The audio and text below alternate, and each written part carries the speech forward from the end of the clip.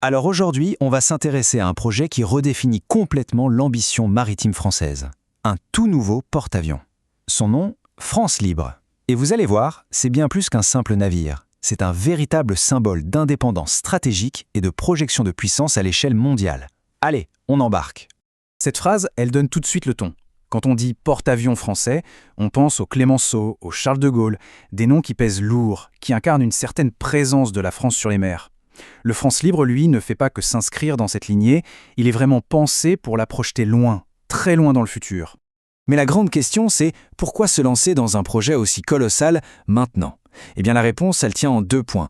L'usure inévitable du temps et des menaces qui, elles, s'accélèrent à une vitesse folle. Il faut être clair, notre porte-avions actuel, le Charles de Gaulle, approche de la retraite. Et il le fait dans un monde où les dangers en mer n'ont plus rien à voir avec le passé. On ne parle plus juste de bateau contre bateau, non. Aujourd'hui, on parle d'essaims de drones, de missiles hypersoniques quasiment imparables et de zones entières où la liberté de naviguer est sans cesse remise en question. Voilà, on touche au cœur du sujet. Pour la France, l'enjeu, c'est de garder une capacité qui est absolument unique en Europe, celle de pouvoir déployer un groupe aéronaval complet, entièrement autonome grâce à sa propulsion nucléaire. Ça veut dire opérer loin, longtemps et si besoin tout seul. Ce n'est plus un symbole, c'est un pur instrument de souveraineté. Et face à un tel défi, la réponse est à la hauteur.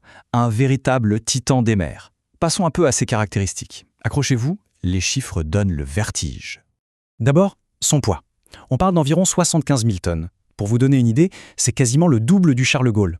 Une masse pareille, ça veut dire une capacité d'emport et une endurance largement supérieure. Ensuite, sa longueur. Près de 300 mètres. C'est simple, mettez 3 terrains de foot bout à bout et vous y êtes. Une véritable base aérienne flottante. Et le plus fou, c'est que cette masse colossale, elle peut se déplacer à plus de 25 nœuds, soit près de 50 km/h. Essayez d'imaginer un gratte-ciel de 20 étages qui file sur l'eau à cette vitesse, avec une endurance quasi illimitée. Cette combinaison de taille, de vitesse et d'autonomie, c'est ça, sa dimension stratégique. Au-delà du combat, la simple présence d'un tel navire dans une zone de tension, eh bien ça suffit à changer la donne. Ça dissuade les adversaires et ça rassure les alliés. C'est un outil diplomatique autant qu'un outil militaire. Mais ce qui est le plus impressionnant se cache sous le pont d'envol. C'est là qu'on trouve le cœur de sa puissance. 2 réacteurs nucléaires de nouvelle génération qui lui donnent cette autonomie folle. Et surtout, des catapultes électromagnétiques, les fameuses EMAL. Ça, c'est une grande première en France. Cette technologie, c'est un game changer. Elle permet de lancer des avions plus lourds, des drones, beaucoup plus vite et avec moins de stress pour les appareils. La cadence des opérations aériennes va être décuplée. Parce qu'il ne faut pas l'oublier, la finalité d'un porte-avions, ce n'est pas sa taille, ce sont les ailes qu'il transporte. C'est sa capacité à projeter une force aérienne n'importe où, n'importe quand sur le globe. La question est essentielle. Un porte-avions sans ses avions, ce n'est qu'une coquille vide. Et le France Libre, lui, a été pensé de A à Z autour des appareils du futur. Il est taillé sur mesure pour le futur chasseur européen, le NGF. Mais surtout, et c'est là que se trouve la vraie révolution, il est conçu pour opérer des drones en très grand nombre. Que ce soit pour la surveillance, la frappe ou même la guerre électronique, ces drones vont démultiplier ses capacités.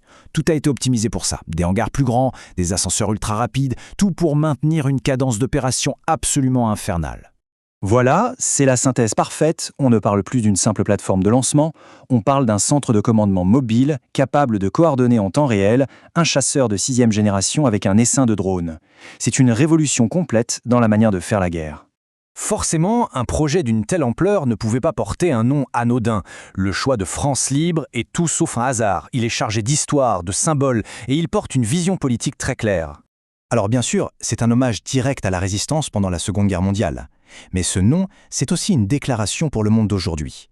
C'est l'affirmation d'une France qui veut se donner les moyens de garder son autonomie de décision et sa liberté d'action sur la scène internationale. Cette phrase, elle ancre le navire dans une mission qui est presque philosophique. Partout où le France Libre naviguera, son nom seul sera un rappel puissant que la liberté, eh bien ce n'est jamais un acquis. Ça se protège, et parfois ça se protège depuis le pont d'un navire. Bon, on a parlé des symboles, mais maintenant parlons concret. Quel sera l'impact de ce nouveau porte-avions? Comment un outil pareil peut vraiment redessiner les équilibres géopolitiques? D'abord, ça consolide la position de la France comme un allié majeur, un allié crédible, que ce soit au sein de l'OTAN ou dans la zone ultra-stratégique de l'Indo-Pacifique. Ensuite, ça lui donne les moyens de mener ce qu'on appelle des opérations de haute intensité, c'est-à-dire des conflits entre États qui ont les technologies militaires de pointe. Et enfin, un point crucial, sa construction permet de garder en France un savoir-faire industriel et technologique qui est unique en Europe, de la propulsion nucléaire jusqu'au système de combat. Cette conclusion, elle résume absolument tout.